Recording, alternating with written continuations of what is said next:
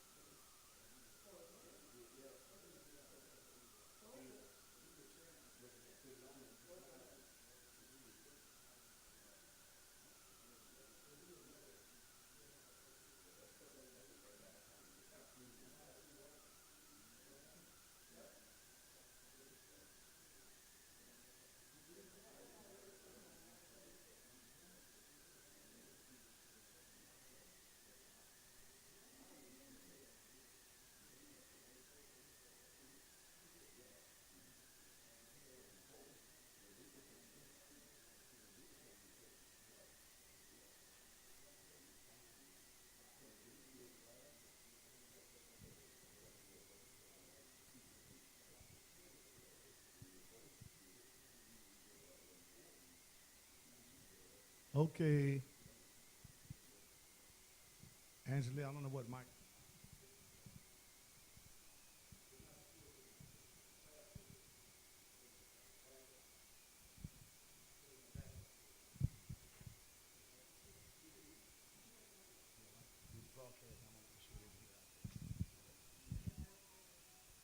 Okay. Good. Good morning. And we want to thank all of you who are able to be here this morning. And for those of you who are watching via the internet or Facebook Live or YouTube, hopefully you will gain some information that will help you as it relates to broadband internet in the state of Louisiana. What I would like to do is to open us with prayer, and I'm going to ask Pastor Narcisse if he would come and lead us in the opening prayer, please. Father God, we thank you for this gathering on today. For this is the day you have made, and we rejoice in it. We ask that you will share your wisdom upon us, God, that we will know what to do and how to do to be a blessing to your people. We ask you to bless the leader, Pastor Talbot, as he continues to do a great work. We bless you in Jesus' name. Amen. Thank you very much. We are here today to have a discussion that is hopefully filled with some information that will help our communities as it relates to broadband/internet. There are many things that are available to us. Back in December 2021, I wrote an opt-ad with a group out of Washington, D.C. Part of my duty as president of National Baptist, I get to get in with people I wouldn't get in with otherwise. And the opt-ad was published in several newspapers across the state of Louisiana, including the Baton Rouge Advocate. Governor John Bell Edwards last year had appointed someone as the executive director to help with getting accessibility and all for broadband internet in the state of Louisiana. And he's here with us this morning, Brother Vaneeth Igar. That's good enough? Vaneeth Igar. And so he's going to be sharing some information with us, because after the opt-ad was published and he read it, he reached out to me and called me, and then he drove over to Lake Charles to meet with me to discuss it and to talk about how we could help. And there were 5 areas that we discussed, and that is the area of accessibility. A lot of people can't get internet. They've got very slow internet, especially people who are in rural areas, and in some of our minority communities, it's just real slow. And then affordability. They could have fast speed right in front of their house, but some people can't afford it. And so we're going to be addressing that as Vaneeth talks this morning. And then literacy, to help people learn how to utilize the internet. Most of you here probably already know, but some of you would be shocked to know how many people don't know. And so we're going to be talking about literacy and how we can bring people up to speed and use churches and faith-based organizations to help in that area. And also workforce development. We need to get some of our people, and I know we're broadcasting, but I'm just being kind of blunt, some African Americans, black people, into the business of being able to be installers and come out and repair when there are internet problems. And so we got to develop the workforce. And so we're going to be working with the state to help with workforce development and also economic development. You know, we got businessmen who can start businesses that can do some of this work. And so there are hundreds of millions of dollars available in Louisiana right now for what I have just told you about. And one of the things on the area of affordability, and Vaneeth, I think the number is correct, it's a little bit over 200,000 people who are already getting bill assistance every month in Louisiana. 200,000 right now. They get at least $30 a month to help them pay their internet bill. For some people, that will be the difference. And there are several things that qualify you for that. Vaneeth is going to tell us about that, like if someone's in your home on a Pell Grant, if you're in a home with a child on free lunches, you qualify for this at least $30 a month assistance on your internet bill. And so that's why we've invited Vaneeth to come. There's going to be a slide put up later for persons who want to know how to email questions. That slide will go up. If y'all can put it up now. If persons want to email questions, there will be a slide to tell you how to do that. If you want to email us your email address so we can have that information collected to give to Vaneeth so that he will have that information to contact you and to keep you in the communication loop, you can do that. So those of you who have questions who are out there, it's up on the screen now on Facebook Live and the other platforms. And if you want to send an email, you can send it to that email, gtrstmar@yahoo, if you would like a copy of information that is discussed today. There's an information packet for those of us who are here. And before I bring Vaneeth, let me kind of just get us to introduce ourselves and what we do or where we serve. And we can start right here with Pastor Narcisse. If you could, look, why don't you talk kind of loud? Pastor Clarence Narcisse, we serve at Philadelphia Church of God in Christ, and we're located in the community of Fisherville. Chris Archinard, Director of Southwest Louisiana Sickle Cell Anemia, also recently appointed on the state board for sickle cell for the state of Louisiana. Nathan Keller, your Ward 3 City Marshal. Anthony Barty, Calcasieu Parish Police Bureau, District 9. Eric Fry, president Alpha Phi Alpha Fraternity Incorporated here in Lake Charles, the Zeta Psi Lambda chapter. Also the president of Quarterback Club, my niece Quarterback Club. Thanks. Joshua Mitchell, pastor of Christ Bethel Fellowship, 6294 Tom A. Bear Road. Good morning, Ronnie Harvey, principal of Washington Marion Magnet High School and also candidate for District 8, Lake Charles City Council. And I'm sure the principal has a lot of students who are on free lunch, so those houses will qualify for this assistance. Alvin Joseph, president of the Lake Charles branch NAACP and District E vice president for the state of Louisiana. I'm Alan Collins, pastor of Hillcrest Baptist Church in Lake Charles. Lannis Joseph, pastor of the Ebenezer Baptist Church here in Lake Charles. Reverend Lannis is getting to the age where he repeats the last thing he heard. And he was getting ready to say he was pastor of Hillcrest Baptist. That's all right. We all going there, I guess, before it's over with. But I would like to take this time to introduce you to Vaneth Engar. That's good.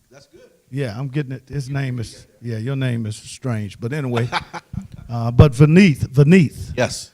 is going to come, and he is the governor's appointee as executive director for Broadband in the state of Louisiana. And I want to tell you this so that you all will be ready to ask questions. It's about $400 million right now. I mean, there's a lot. Yeah, it's about $400 million. And we want to figure out how our people in our minority communities can access some of this, either for bill assistance, developing businesses to serve internet extension in rural and minority communities and all of that. So at this time, I welcome Vaneth. Thank you, sir. All right. That's right. Thank you, Reverend Tolbert. And I'll tell you, this is always my favorite group to talk to, are the faith-based communities, because I just feel spiritually always in a better place in life. But also, I'll tell you, we're going to solve this problem, because if you take a look at just the folks that are streaming, but the folks in this room, you've got law enforcement represented, you got police jurors, you got principals, you got members of fraternities, you've got the NAACP, and you've got faith-based leaders. And so if you think about the broadband problem, I'm going to say the internet problem, okay? It cuts across everyone. I think all of you have seen, both professionally and personally, how much it's impacted your lives. Your inability to help a child with figuring out how to use your device. Suddenly you go from face-to-face instruction as a principal to now you're tech support. That wasn't in our job description, to be tech support, but we were forced to do it. Helping older adults with suddenly telling him or her that you're no longer going to the doctor because you're now doing a telehealth visit. What does that mean? Right? How do I reorient the camera? All right? And so that's a challenge for older adults. In law enforcement, I'll tell you, we have spoken to law enforcement that struggles with basic internet connectivity for their precincts in middle of Louisiana and elsewhere. What was the big challenge post-Ida, post-Laura? Of course, flooding, destruction, but also telecommunications. Right? People couldn't get in touch with each other. So internet and telecommunications and broadband is a big, big problem. And it's what we're going to work together to solve. And we will solve it. And I'll tell you why we'll solve it, because Reverend Tolbert said there's a lot of money that's going to be focused on addressing the problem. And it's a lot of money from a variety of different federal programs that's all coming to Louisiana. But before I begin, what I wanted to do was just to share some information. And sort of the reason why I'm here, Reverend Tolbert is downplaying this op-ed. But he wrote this op-ed. It was published Christmas Eve. I was reading The Advocate, and he was spot on with this op-ed. It is a big problem. It separates the haves and have-nots. And it's really a bigger issue among the African American community. In Louisiana, there are at least 1.5 million Louisianians that do not have internet. And they don't have internet because either, as Reverend Tolbert said, they can't afford it, they can't access it, they don't have a device, or they lack digital literacy skills. 47% of those folks are either African American or Latinos.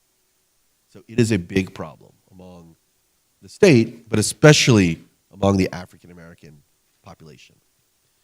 So I am always I'm a glass half full, I'm an optimist, I will always forever be an optimist. So let's start talking about the solutions, because I think that's what we're here and how we can work together to solve these problems. So I'm going to revert to this first page here.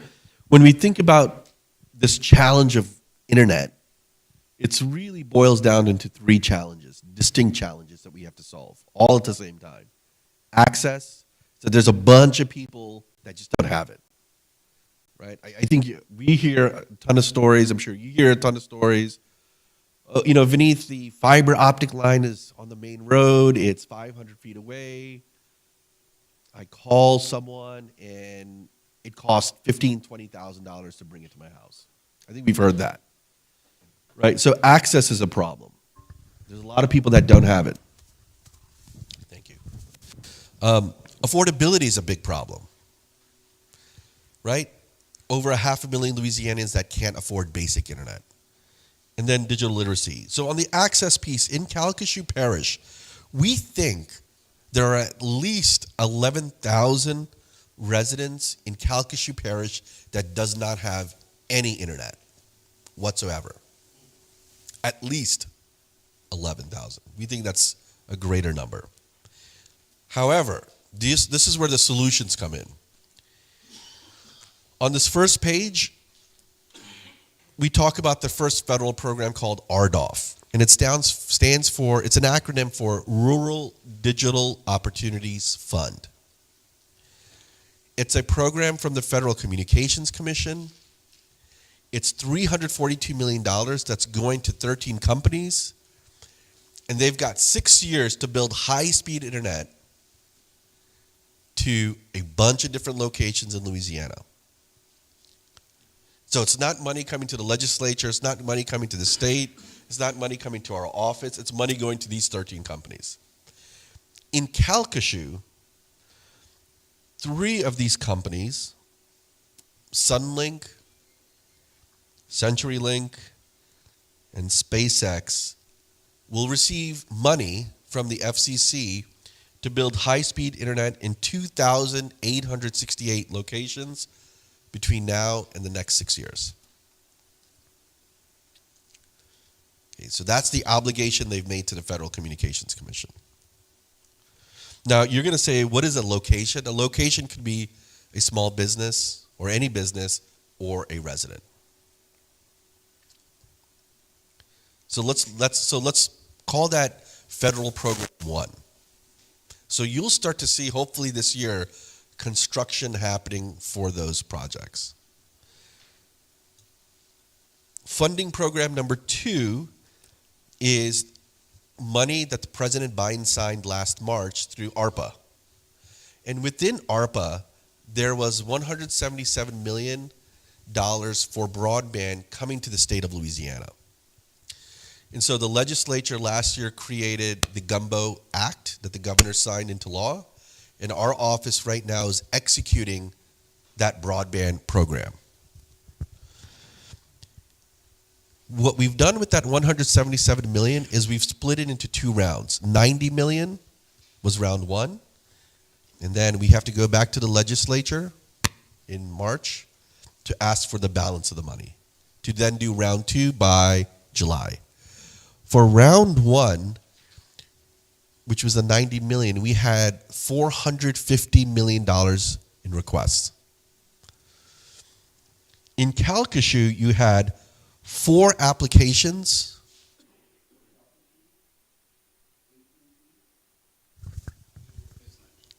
AT&T has applied for our grant money for Calcasieu.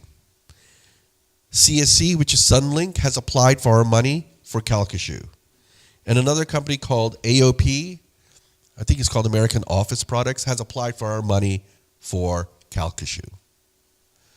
And the police jury, to their credit, was very supportive of all of these applications. And they were very active in helping support these projects. So we're currently evaluating these 4 applications. And our goal is to announce these awards for the first $90 million on March 31st, so next month. We're not waiting 6 years like this first program called RDOF. Our program is really, we want to commit and spend all of this money, all 177, by December of 2024. So we want to try to move quickly with this money. So think about that as federal pot number 2. That's ongoing in terms of evaluation. And then the last is the infrastructure bill. The infrastructure bill, as signed November 15th last year, what it does is it helps provide for every state $100 million for broadband to address access. This first issue. Just like Gumbo grant our money and just like RDOF. Then based on accurate maps of locations that are served versus unserved that the FCC will create, hopefully by fall, we will then get an escalator on that money. So you get, every state gets 100. Rhode Island gets 100, we get 100, California gets 100, Texas gets 100. Then based on these accurate FCC maps, we will get a number substantially higher than 100 billion. Okay. So there's a lot of federal programs that currently being executed and will be executed on to address this issue around access. Now, look, I can make all these investments to address access, but it's really a busted investment if people can't, what? Afford it. It's really a wasted investment. Affordability is a big, big problem. In the 706 zip code area, we think there are 20,000 households that are eligible to get relief on their broadband bills. Should they have broadband? Or should they have internet? As the pastor said, between May 12th of last year and December 31st of last year, we had 215,000 households receive benefit from a program called the Emergency Broadband Benefit Program. And that actually paid Pastor $50 a month off your broadband bills. That program ended December 31st. All 215,000 households will continue to get benefit in January and February. And what happens then on March 1st is that those folks have to re-enroll in a new program called the FCC Affordable Connectivity Program, which is found on the last page. And it's an easy process to re-enroll. In Calcasieu Parish, we had 6,694 households that were receiving benefit from the Emergency Broadband Benefit Program that will likely roll over to receiving benefit from the Affordable Connectivity Program.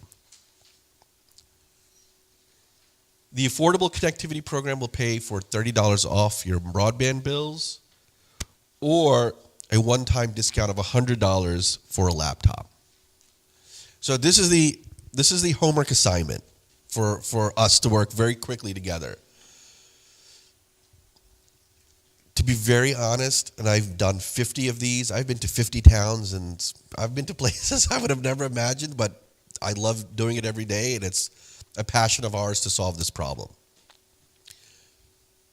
You guys in the faith-based community and the folks streaming, you guys are really at the tip of the spear in trying to help us solve this problem.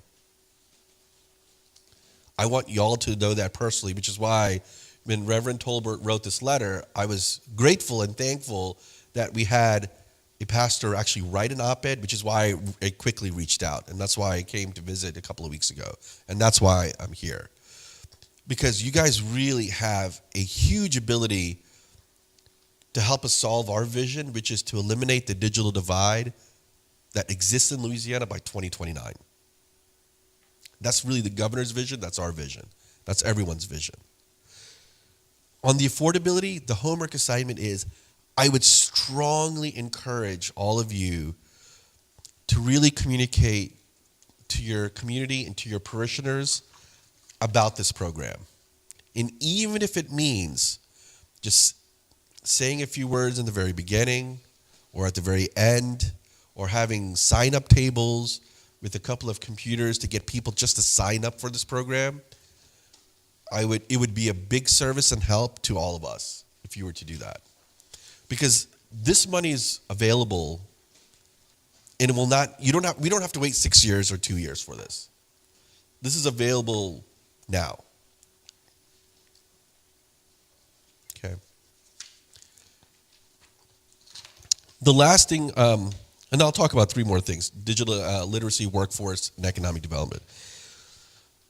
On the digital literacy, we can provide access to broadband, we can make it affordable, but if people lack the skills to understand what to do with broadband, then they will not, find value in it, and if they don't find value in it, they will not pay for it, and it's not going to improve their lives. We think there are 462,000 working age adults between 18 and 64 years old in Louisiana that lack basic computer skills. We're not talking about app development programming, we're talking about basic skills. In Calcasieu, we think it's around 19,000 folks. We would love to work with the faith-based community to get as many of your parishioners up to speed on basic computer skills. That is something we can work on together. Okay. Workforce. Just to touch on workforce. All of this broadband, whether it's RDOF, whether it's Gumbo, which is our grant program, infrastructure build, will create hundreds and hundreds and hundreds of really good paying jobs. In the construction, the operations, in the maintenance of all of this networks. We're thinking about starting salaries $15, $17, $18 an hour, up to $70,000, if not higher. If this is an opportunity to explore a career, this is a great place to build a career. And we'd love to see as many of your parishioners benefit from all of this work that's going to happen from a workforce perspective. We're partnering with the community colleges to roll out classes like fiber optic splicing. So in BIPSI, at the Bossier Parish Community College, they've actually launched a fiber class. How do you splice fiber, which I've seen it's a really interesting skill set. They've launched it in Bossier, and they just graduated their first class of 18 people. They're doing a similar class at Louisiana Delta Community College in the Monroe area. They're launching another class in the Lafayette area. I would strongly encourage to work with the local community colleges to start training and developing workforce. Because this job will require this effort will require hundreds and hundreds of opportunities.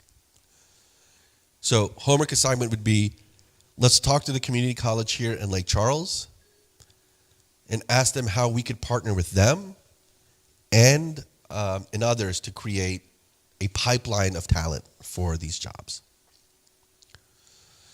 The last on the economic development, as the Reverend said, this will also create small business opportunities for disadvantaged business enterprises, for Hudson certified businesses, for veteran service businesses. In fact, for our Gumbo grant program, we actually doubled the points for applicants, which are companies, to partner with Hudson certified and veteran businesses. And a lot of these bigger companies are doing that. So we would strongly encourage an opportunity to work with all of you to identify and maybe do a matching effort event where we identify all of the businesses that you know that can help these larger companies do construction, operations, maintenance, marketing, because a lot of this work will also include marketing programs, marketing internet services to folks that will have it for the first time. So I'm going to stop there. I know I gave you guys a bunch of information, but love to answer any questions and have a conversation with all of the folks here, but also streaming. Yes, sir. I'm listening to what you're saying, and I'm understanding that from your perspective, it's the funding aspect of it. In our area, we limited on the services that we have. We limited on the providers. So are the providers nationwide aware of these programs in hopes that they would relocate? Because as of right now, AT&T has a big push in our area to establish fiber optics throughout. Correct. So what steps can we take to partner with them to bring them into the neighborhood as a viable source other than, let's just say, in competition with Southern? Right. So that's a great question. So in Calcasieu, the police jury, I think Brian Beam and others have actually put together, there's actually a broadband committee and a broadband team in Calcasieu. And it has members of the police jury, it has other members of the community. So I would reach out to them and say, what are you guys doing as a broadband team and community for Calcasieu Parish, right? For instance, so that's example one. Number two is all the private, so for Gumbo Round 1, which is the ARPA money that we're currently evaluating applications, we had 24 companies. So one was a co-op from Northeast Louisiana. There were, I think, 7 or 8 local Louisiana companies. And then the rest, I think 12, 13, that were the big companies that have all applied for our money. So is it possible for us to get, a list of those? Yes, in fact, if you go to gumbo.la.gov, you can actually see all of the applications and the parishes for which they've applied for. In fact, what we've done to increase transparency and to make sure everyone's clearly aware of these applications, you can actually download the applications and understand what their budgets are, what their costs are, how many locations they want to impact, how many businesses they want to impact. You could also look at some of the companies that provided pricing information on what they would offer for pricing. And all of these companies have to participate, by the way, in a program that offers lower prices to create affordability. Can you give that website again? It's gumbo.la.gov. You don't have to do the www or any of that. Just go gumbo.la.gov, and you could actually see all the applications that are available. You can spell it more than once. This is the way it's GUMBO. GUMBO. .la.gov. So my point is, on the access piece, we talk about infrastructure. There's a lot of work that's going to be impacting Calcasieu and coming very soon. Yes, sir. Now, maybe going too deep, but let's say hypothetically, a company comes to this area, they're awarded the grant, you grant them the funding. What does the citizen have to do from that point? So I'll tell you, you guys all have a very important role to play. And I'll tell you the role that you all have to play. It's really, the success of these projects has everything to do with alignment between nonprofits, the faith-based community, the police jurors, the municipality where that work is going in. And the reason is because permitting issues. We have to resolve that locally, right? We have to fast track that. We have to expedite that. The second is making sure all of the people are aware of the workforce opportunities. And so we, again, encouraged all of these companies that applied for our money to partner with LCTCS, the Community College Technical System, to develop workforce plans in advance. So I would strongly say, okay, let's get in front of the community college and these applicants to understand their workforce plans and their needs for Calcasieu. The third is pushing out as much as you can and getting people aware of that affordable connectivity program. Yes, sir. This is not just applicable to residents. Schools can do this too. Everyone needs to do it. So when we talk about solving this problem, this has to be like a student body left where every single individual needs to be involved in trying to push this information out and help. Yes, sir.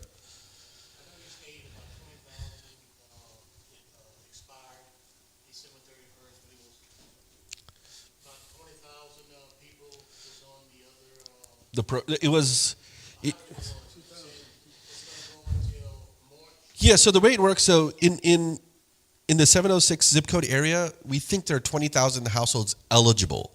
That doesn't mean that everyone participated. So among the approximately the 20,000, we had 6,694 households that actually receive benefit. So this is a homework assignment.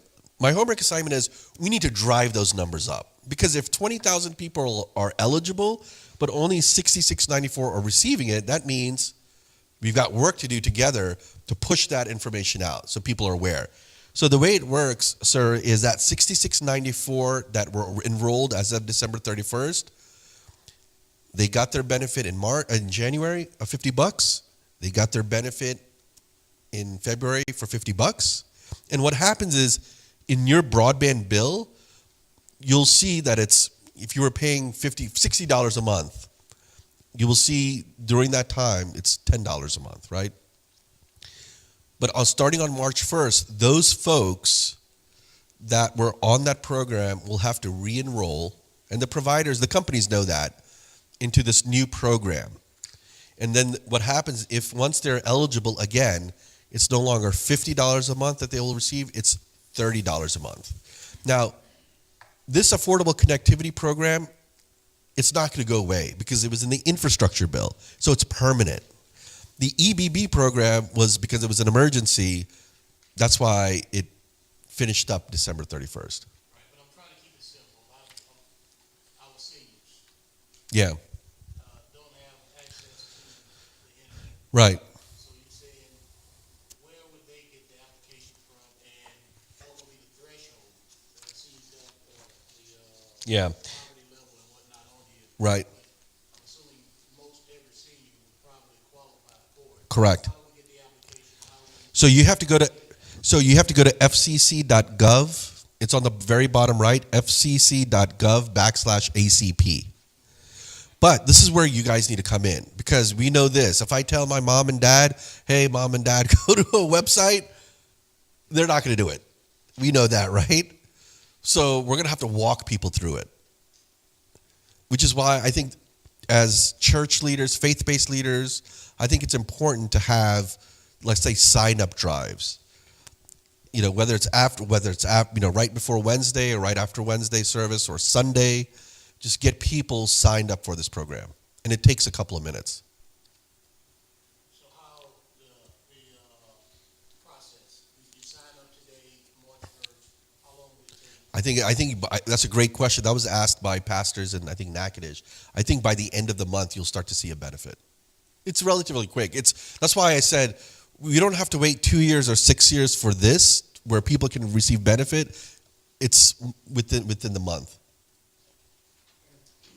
One of the things that I would like for us to do, if possible, is that you can have your office to create the different flyers for Yes. the program, and then our churches can get those and send them out to our people in our congregations.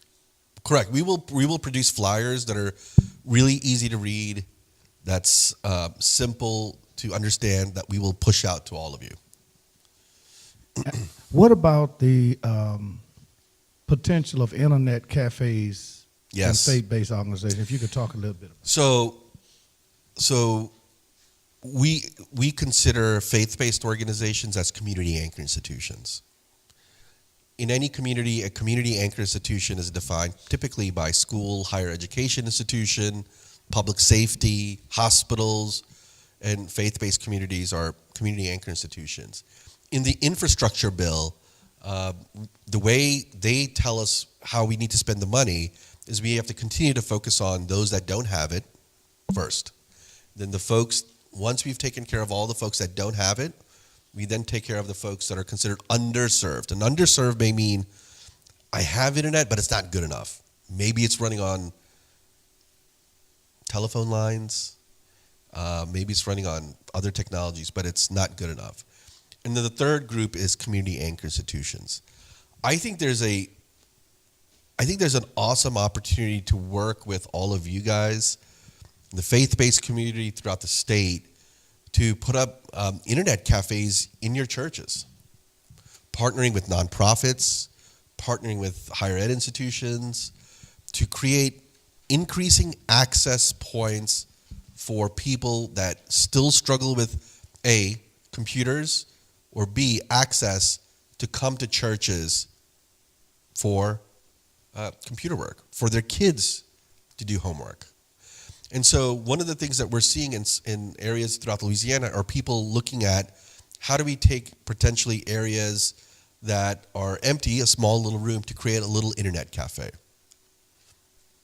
That's something we should work on together, because I think if you think about increasing access and just providing all these opportunities for people to have access to something they don't have, I think the faith-based community and churches are an awesome platform to do that. Because remember, during the pandemic, where were people going? McDonald's parking lots. Right? They were going to libraries. Some were going to public safety entities. Some were going to schools. So I think there's an opportunity for us to work together creatively where people can access internet if they need to, if they struggle with it, at churches. And having some of the younger parishioners help the older parishioners with computer skills. Yes, sir. I have a two-part question for you. That was going to be one of the things, was about the access points. Being a principal, one of the things that we struggle with post-pandemic and the hurricanes was the one-to-one technology. So right. in the local education systems, I can say Calcasieu, for example, all of our students are one-to-one, which means they had the option to receive a laptop. But the problem is that they didn't have the internet. Right. And so in a proactive approach, I understand the program that's being offered, but again, the access points. What could we do from a proactive standpoint for the parents that's not going to take the initiative to do this program? Are we going to be able to offer something throughout the community or have that option? Like, say, for instance, we did remote buses. Right. We literally park the bus in a community and allow that broadband to stretch. So that's a great question. So look, the schools, all the schools have fiber going to it. In fact, there's one-to-one. The problem is once the kid leaves the four walls of that school, of that building, and that's where they struggle with network at home, which is why we need to create as many different locations in a community to have places where people have access to it, which is why the faith-based community plays a critically important role to address that. But that's where in the infrastructure bill, we think it makes sense to identify looking at Wi-Fi in public areas, for instance, whether it's public parks, whether it's other public locations, to be in a position where you increase another area to increase and provide access. Libraries, right, will have facilities. So what we need to do when we think about addressing the access issue for a parent or for a kid to do homework, what we want is for that person to be able to realize that I can go here, and get my homework done. I don't just have to go to the McDonald's parking lot. I could go to the church. I could go to public safety. I could go to the library. I could go to the public park to get access to internet. And so part of the infrastructure bill requires us to put together a 5-year plan. And that's part of that 5-year plan, is to invest in as many different points of access for that family.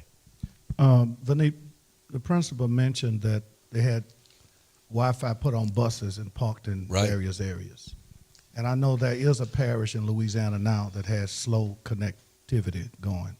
And they're talking about putting Wi-Fi apparatuses on church buildings. Right. So that even if you're in the area where that church is, not in the building, I'm not saying exclude the inside. Right.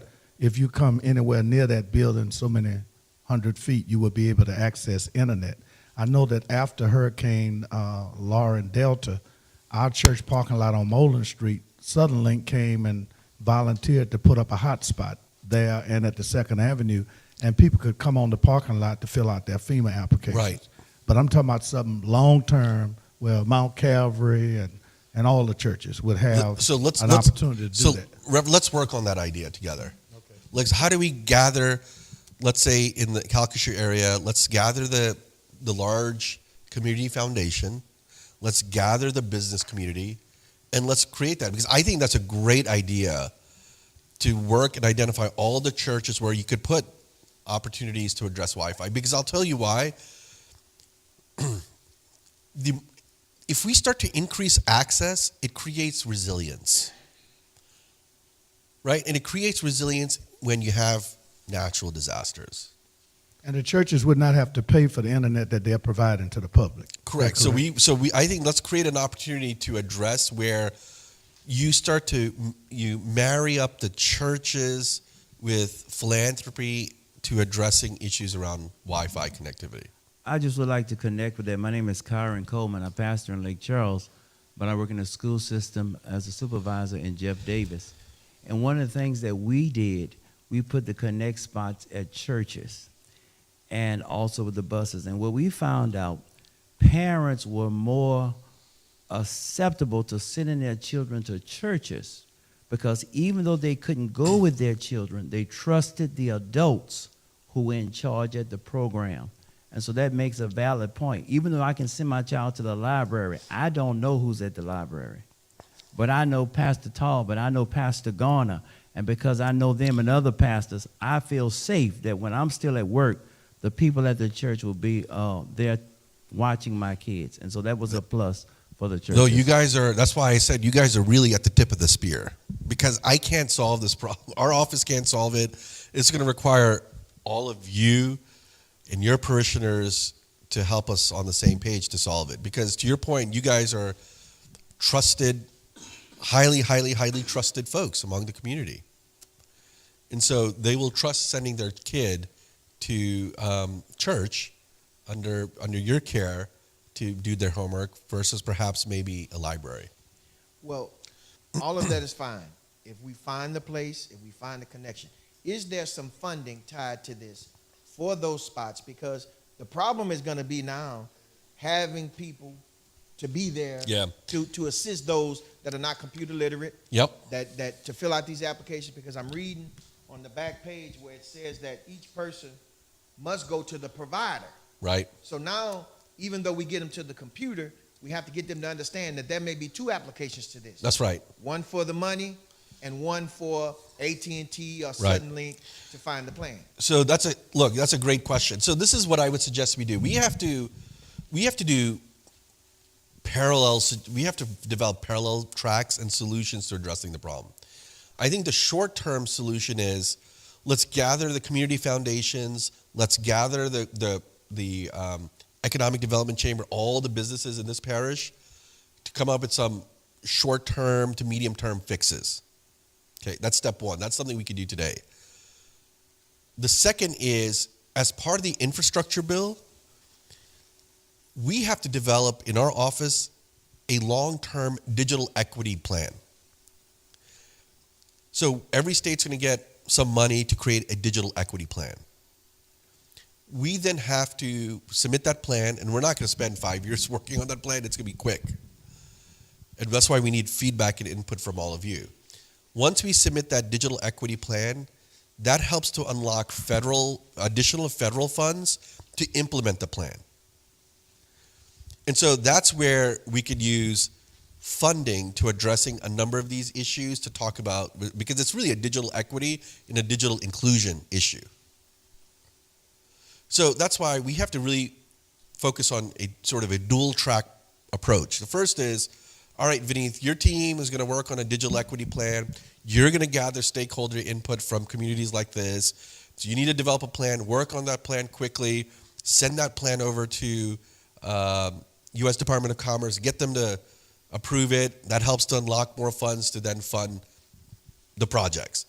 while we do that, I think what we need to do immediately is then to gather philanthropy, I think the Southwest Foundation, Community Foundation, the economic development folks, the business community, to addressing what we could do between now and until we get these federal funds focused on addressing digital equity Vineet, inclusion. I'm just thinking. And we're happy to help you convene that meeting here in Lake Charles. Some of the groups that you're mentioning now, I'm more concerned about us focusing on communities where minorities lives and groups that focus on that. Some of those groups are not now focusing on minority communities. And that's why I wanted to have, we have a city councilman, we have pastors, we have police jurors, the NAACP president, and other community leaders, principals, educators, is I want this group or a group like this that look like this to be the ones that we primarily work with. Because when we get into the Chamber of Commerce and the Community Foundation, and they got things they're already doing that's not really affecting our community right now. Right. So I bring those names up namely because, they've reached out to our office and said, look, whatever we can do to help you address this digital divide. That's why I brought it up. Yeah. But look, we're open to working with anyone to solve the problem. At the end of the day, I need to solve the problem. Yes. You need to solve the problem. And we need to solve the problem in the minority community because some of those groups reach to solve the problem in their community. You're right. So we will do whatever we need to do to roll up our sleeves to work with all of you in this room to get this problem done and solved. I don't have time to waste because just like you, I get calls every day about people's frustrations, which is actually, it's really disheartening to me. I was in St. Helena Parish 2 days ago. Family saying, Vineet, I can't afford to pay $3,000 a month for internet. So I frankly get really irritated that we have to wait really long to get these problems solved, which is why I need to work quickly and as quickly and efficiently with all of you to solve this problem now. Is it possible, I know there may be other questions, for you to send back to us, I think we got the emails of everybody here, send back to us the next steps in an email? Yes. Give you some time to think about it and send back what are the next steps we need to take. I could send you next steps by next Friday. Good. I noticed here that it said that you have to be 200% before the federal poverty guideline. What is the federal policy? I could get you what the federal poverty guideline is per parish, or at least for Calcasieu. Okay. I could get you that data. Okay. There is a federal formula that determines, but that's data that we can get. Okay. Yes. Any other questions? I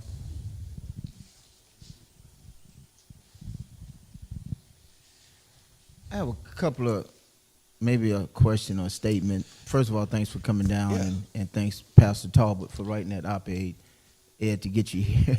Yeah. No, I was always coming here, Yeah. but I was, yeah. But of Messed him course, up, I was trying. My question is, when you first started, you started talking about, these federal funds, and you said something about 3 entities, and one of them was Suddenlink. right. And we know there's been some issues with Suddenlink here in Calcasieu Parish in Lake Charles. I know for myself because my 94-year-old mother is paying $190 a month for internet, telephone, and cable, which doesn't make any sense. And every time we try to get on the phone and follow up and try to talk with them, you're on hold for 30 minutes, Right. and then you get somebody, you can't understand what they're saying. And it's a shame, but $190 a month has to stop. So they're going to be getting the same ones, or the same one, suddenly getting these funds. Okay, then now what? So, I don't know. I don't feel right about that. Go ahead. No, continue. Yeah. No, I got another one, but it was about the DBE program you talked about. So, look, I empathize with that issue, right? is the challenge with the quality of service versus the amount of money folks are paying. And I'll tell you, it's particularly difficult for folks that are on fixed income, right? If you're on fixed income and your doctor says telehealth, you're like, I can't afford it. It just becomes impractical. It doesn't make any sense. It doesn't make any common sense. So a couple of things that are important. So these companies are applying for our money. They clearly know the guard rules around what they are expected to provide and the service that they expect to provide and the price. Because I'll tell you what happens. Let's say Sunlink wins an application in Calcasieu. Let's say it's a $5 million application and they want to service 1,000 locations, households.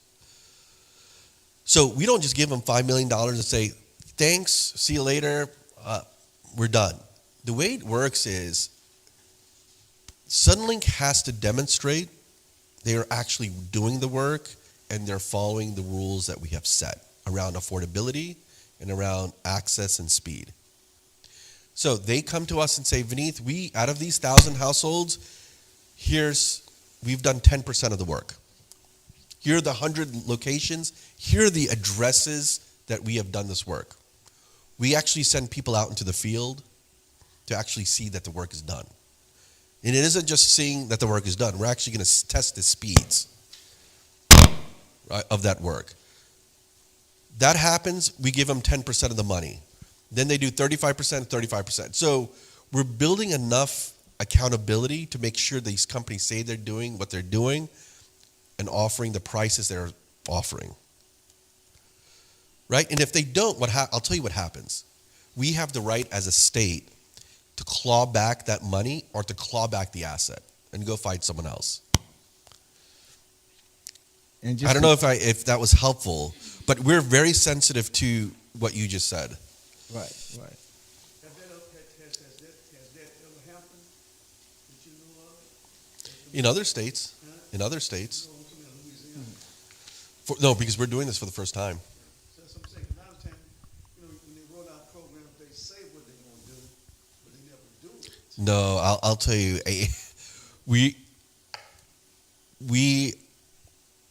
we're going to make sure these projects get done because, frankly, The question is that how can we, so as citizens of the community, monitor? this is a great question. You need to hold these companies accountable because this is what we'll do.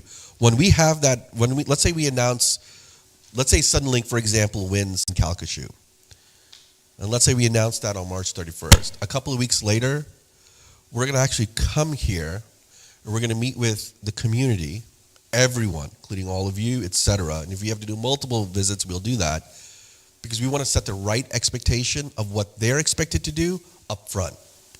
So we will share, look, this is the grant agreement, this is what they're expected to do, this is their prospective timeline. You need to help us hold these people accountable as well. Yeah, I know. And so we don't regulate, unfortunately, but we can hold people accountable. But I'm going to answer the second question on DBE. And then we're going to go to Craig, stop. No. About the DBE program here, just, we have one entity here in Lake Charles that has a DBE program, but it's only window dressing. Then the other entity don't have any at all. So just be mindful of that also. Something needs to be fixed. So I worked before this opportunity here in the governor's office. I worked for Mayor Broom in Baton Rouge and helped stand up the DBE program in Baton Rouge. Right. In fact, we got an ordinance passed by the city council to create an actual office of supplier diversity, and helped with those efforts. So I am very cognizant of companies saying, yeah, here's our letter with this DBE, and of, okay, you've got to appreciate that. Show me that the work is matriculating, as you have said in this letter, with the DBE to that DBE so that they're receiving economic benefit as a result of this work. I Yes, just sir. want to add a little bit to what he's saying. We're in a perfect storm right now with what you're doing and with other things that I've read about that is being done. In Lake Charles right now, if we notice around the communities, we see a lot of AT&T trucks out, reestablishing fiber, putting fiber in different areas. Now, no matter what the program is, we have a responsibility as citizens to do our part. You know, the city went to Suddenlink, we had a meeting, we established that, you know, the services wasn't up to our liking. Well, now we have an opportunity to reach out to another company coming into the area. Their prices have started lower. They got fiber optics. They're putting it in different parts. In my area, in the Oak Park area, they just established fiber optics. I changed my service over for almost a $40 difference. So we have a responsibility as citizens to also do our part when it comes to that. Same thing with the DBE program. The city has a DBE program that is not being used properly. And when I say it's not being used properly, I don't mean by the city.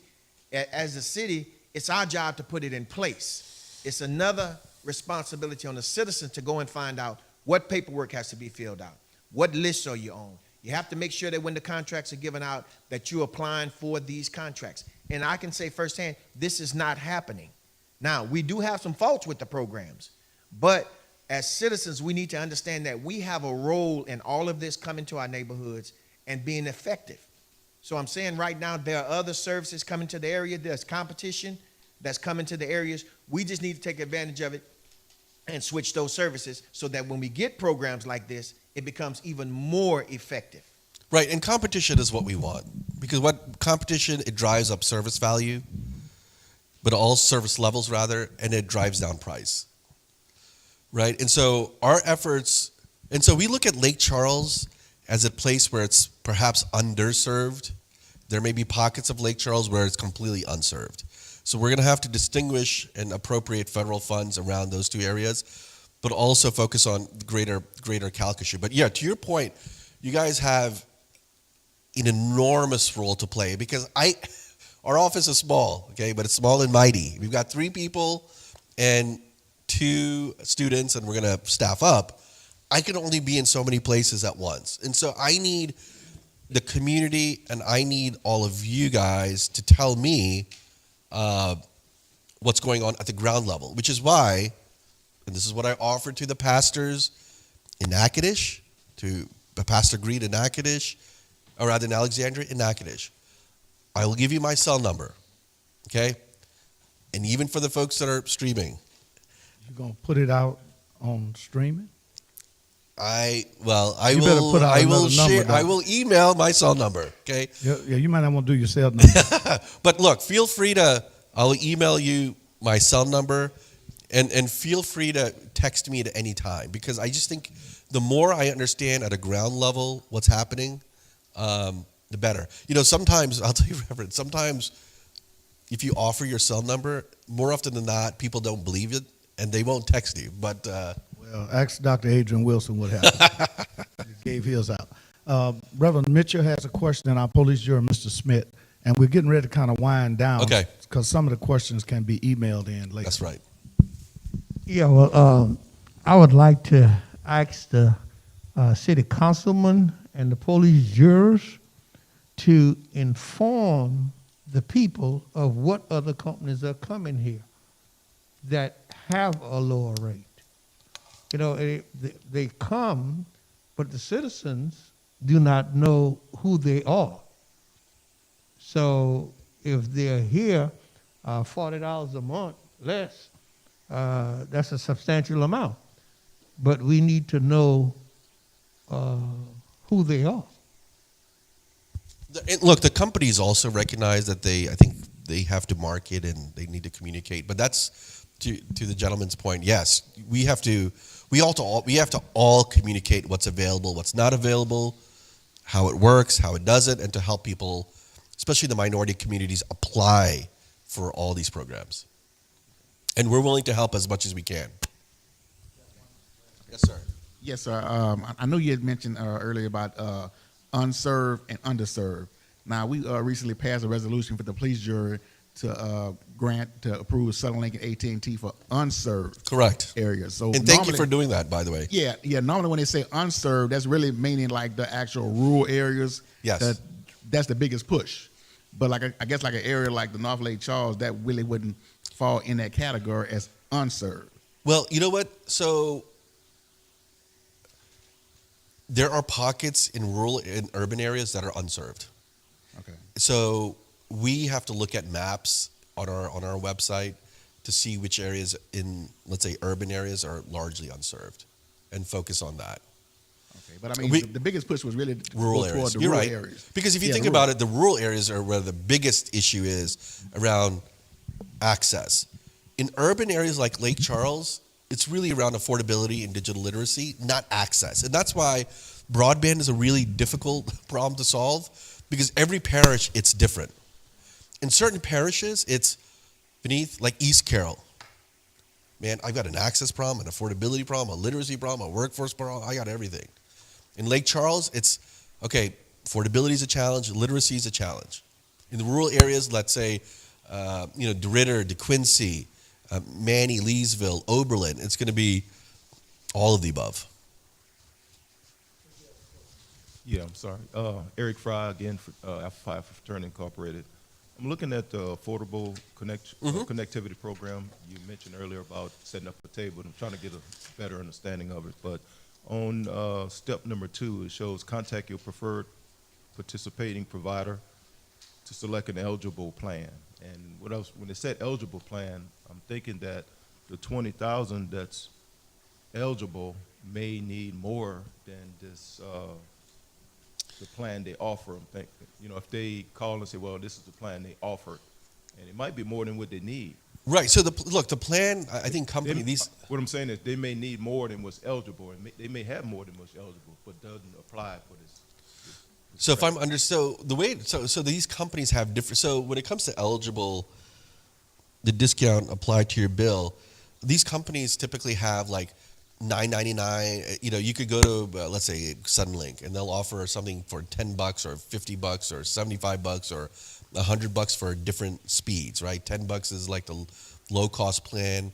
$75 is a good plan, and it's really a speed, right? What they're saying here is contact your preferred participating provider. So let's say it is Suddenlink or AT&T, right? And select the eligible plan. The eligible plan is really the speed. Do you want to pay for the $10, $30, $50, $70? You select that, and then if you satisfy one of these eligibility criteria, then they discount the $30 a month off your. So let's say I sign up for the $75 a month plan. At the end of every month, it'll be $45. What's interesting is AT&T is now saying that you can get internet for free. Why? Because they have plans that are, I think, $30. And if you're part of this eligibility criteria, then it's $30 off, so it's free. Yeah, so would I still be able to get a higher speed and be eligible? Yes, so as long as you fit within one of these criteria. Yeah, well, yeah, I was thinking if I get a higher speed, I wouldn't fit the criteria, so it doesn't work that way. Okay. So the speed doesn't matter. It's what matters is one of these eligibility criteria, which is, income is an issue, received a Pell Grant, etc.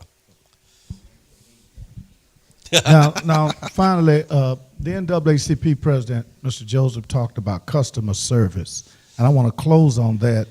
And the monies that will be issued out, are there any requirements or any metrics for customer service? Because that is a big issue.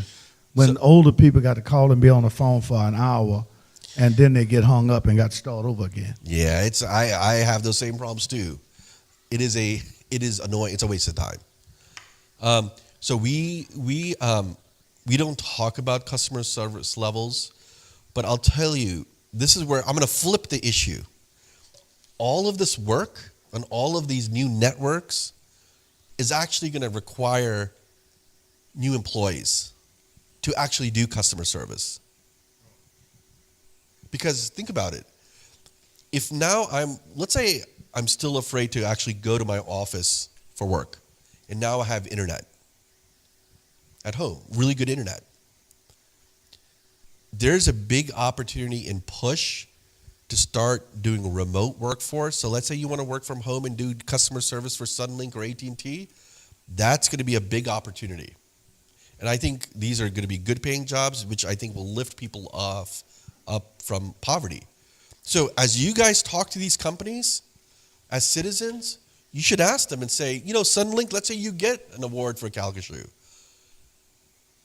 How many people you will need to employ in Calcasieu to do construction, operations, maintenance?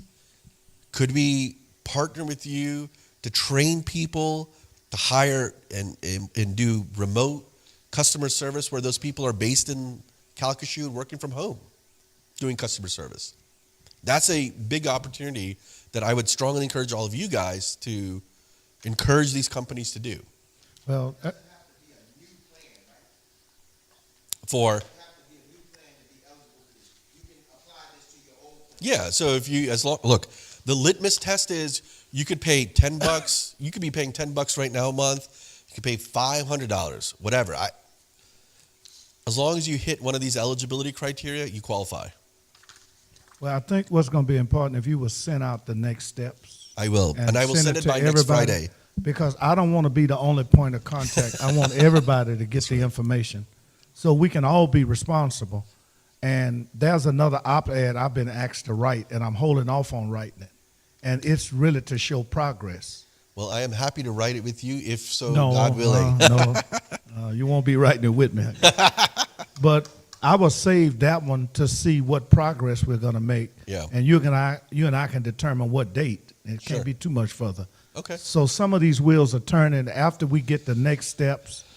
And the next steps can't just be about what we do. The next steps ought to be about what your office is going to be doing and how you're going to help us do it. Right. You know, like if Reverend Collins called and say he want to set up an internet cafe and make his parking lot Wi-Fi hot over there on Conbury Street, how long does it take to get that done?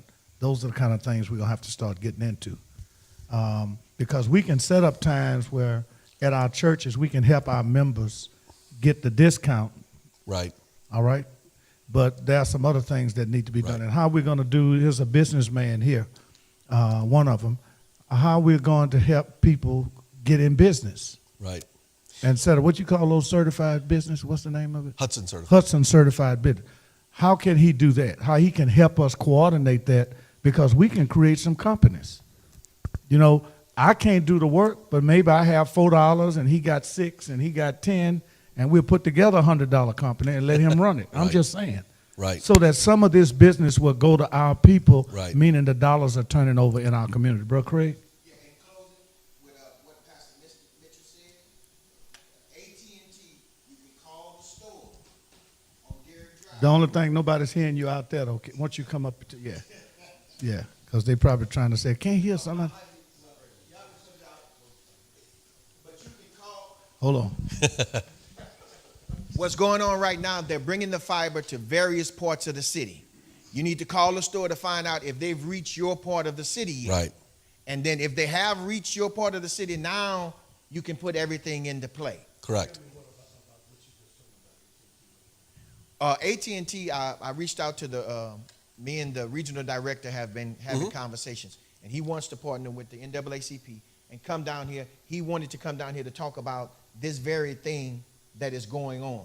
So AT&T is willing to work and show people how to establish it and provide the means to get it established. And we're in the process of setting that meeting up now. We may want you to come. Yeah, and partner happy to with come. them Yeah. to do that. But you can ask Doug the plug at the Derrick Store Drive. He'll hook you up. All right. Well, go ahead. Has this been helpful? Okay. That's the first round of it, you know. This will be the first of many conversations, but I also want to make sure I roll up the sleeves and not just talk about it, but actually show action. So that we can write a good op-ed. You're the boss. I want to thank you very much, Vineet. And one of the reasons I wanted to get him before a group so that all of you can have his contact like I got it. So all of us can be empowered. I think what has happened in our communities, many times one person get it and they're the only one communicating, and you don't have the capacity to do that. but all of us together collectively can do it, especially when you got a school principal, school administrators, NAACP pastors, businessmen, and others, and elected officials. I think it's a good combination. And we have your email. Be sure you sign the sign-up sheet out front. Those who've been listening virtually, we put up a slide, if Ms. Angela would put it up again, on how you can send us your email address so we can send information to you, and we'll give your email to Vineet so that he can constantly keep you aware of what's going on. Please send email to that email address up. That's for those who are watching virtually. If you would like a copy of the handout today, or if you want to receive additional information that will be going out, even the next steps that are going to go out, we can send them out to anyone that sends an email to that email address. All right? So what we would do at this time, I know we still probably have questions. Vineet is not in a hurry. For those who want to stay around, if you want to ask some questions, he'll be willing to answer them one-on-one. And so we're going to ask Brother Craig to not ask any more questions until everybody has asked their question. All right? I remember one time we had an election in our National Baptist, and one of the candidates said that one of his platforms was going to be that no man will preach twice until every man has preached once.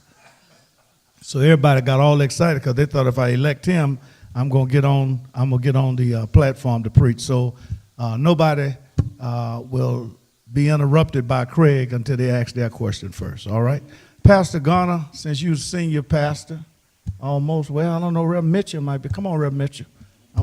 Yeah, I think you might have a year on him or something.